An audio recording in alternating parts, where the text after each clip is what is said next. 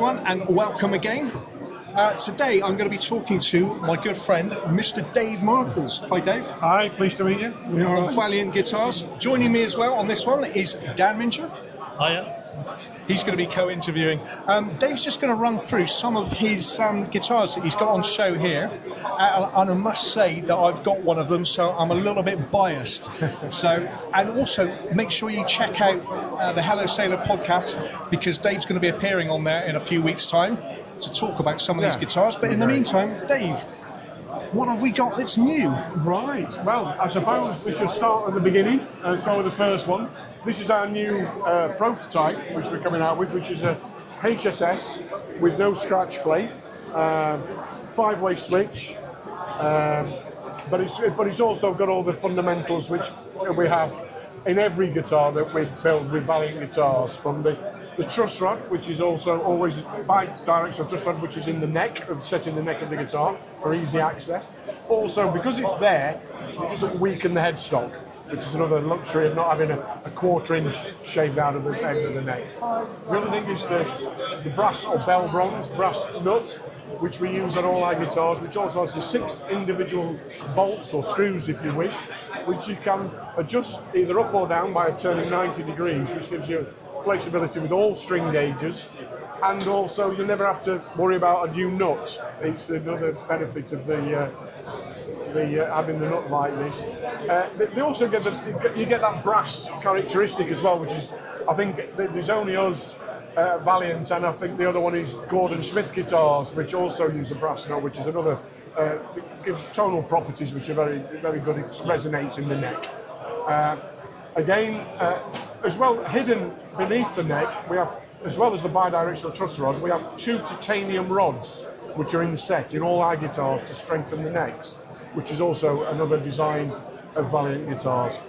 These inlays, which is another characteristic, that's our VG. It doesn't stand for Valiant Guitars, believe it or not. It stands for Vadim Gavrilenko, who's the head luthier of our guitars. Okay, no, I saw VG and just assumed it was Valiant Guitars. And and it's actually his initials which he's put in. So he's very pro having these in the guitar. He's like, he's one of his, and these as well. All these, believe it or not, even these little lines and the dot are all inlaid pieces of wood. They're not drawn on or carved in. They are actually little pieces of wood which are put into the wood on tops of the guitar, which are all common to every single guitar that we make. Yeah, very nice. The tops, the V and T stand for obviously volume and tone or treble, and they are also the wood that they use matches the wood used in the necks.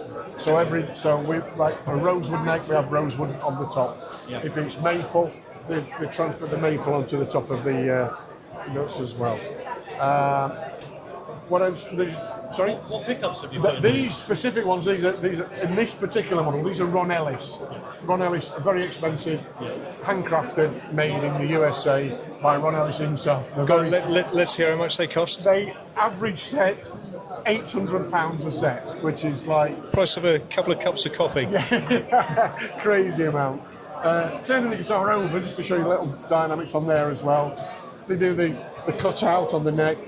All these are metal. They're made out of a duralinium, which is a aerospace metal used in the fabrication of the planes. So it's very high strength metal, which I think the reason they use that is because Vadim used to be an aerospace engineer, and so he's taken some characteristics of what he learned in that sort of job and transferred them over to the guitars.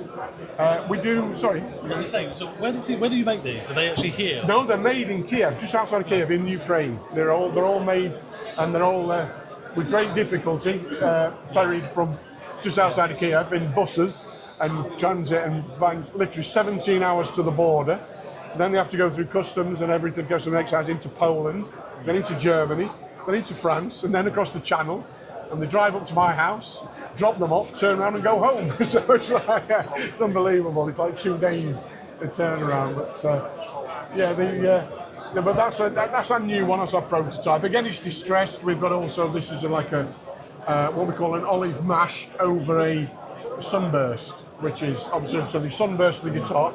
So they imagine you actually have a proper finish everything's absolutely pristine finish on the guitars, and then they destroy them basically by distressing them, which is a great, because, you know, and that's, you do pay a little bit extra. It's about 150 quid extra, I think you pay for the distressing, but it's the amount of work and time that goes into it. It's very tasteful. Sometimes these guitars that have been relic look like they've just been dragged around a car park. Yeah, This is very nicely done. They actually employ artists to do this work as well on the guitars. It's quite incredible. Very time-consuming work. On this one, this is again another soothsayer, similar, but this is a obviously SSS, 3 single coils, more like a standard Strat. But the finish on here, all these lines and everything are all done hand inlaid with razor blades and whatever, Stanley nuts or whatever. Any idea how long it takes to do the distressing? I'm not sure. I would say on average, looking at the work, they take about, from the turnaround, it's about 2 weeks from start to finish, literally. You know, obviously not 2 weeks constantly, but it's a long time.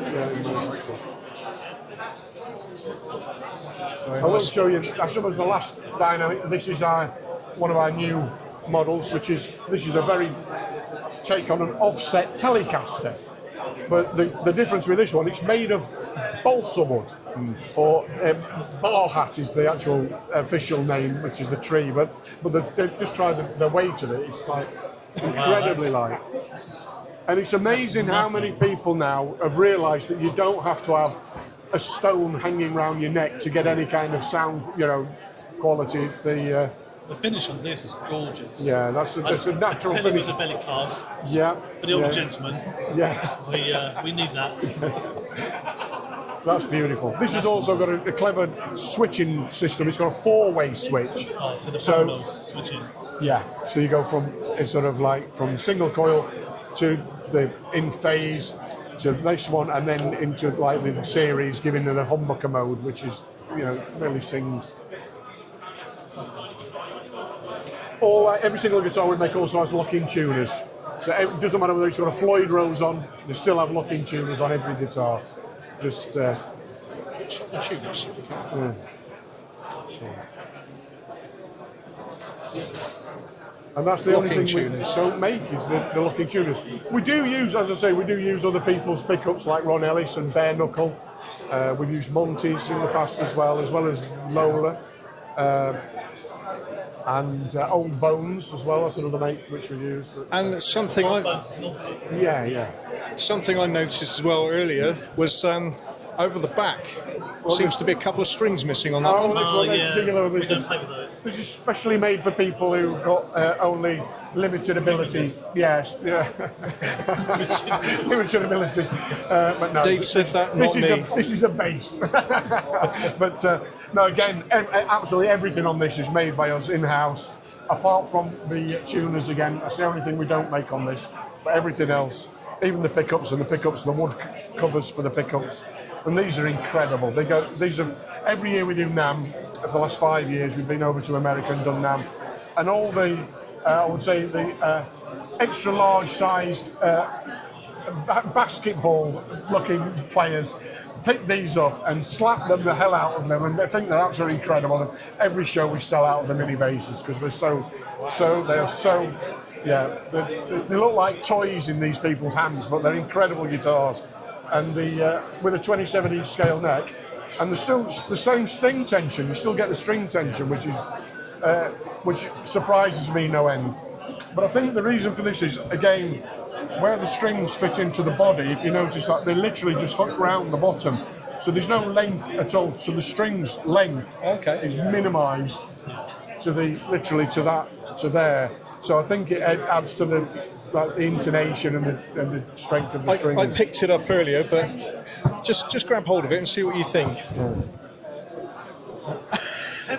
Yeah, I know, but it's incredible. The size of the neck as well. 27 inch. That's tiny. Yeah. That's impressive. Yeah. I don't play.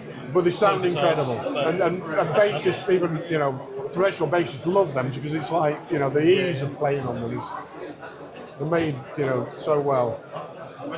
Cheers, thank you. So, what else is? I think then really I would say on this side we've got the the flame maple tops on the Soothsayers. Closer for that one. It's a bird's eye maple, sorry, top down that one. It's beautiful. It's obviously you get the edging on this is what I love is when you turn it on its side and you see the edge. I love that photo on your look. It just looks so classy. Beautiful.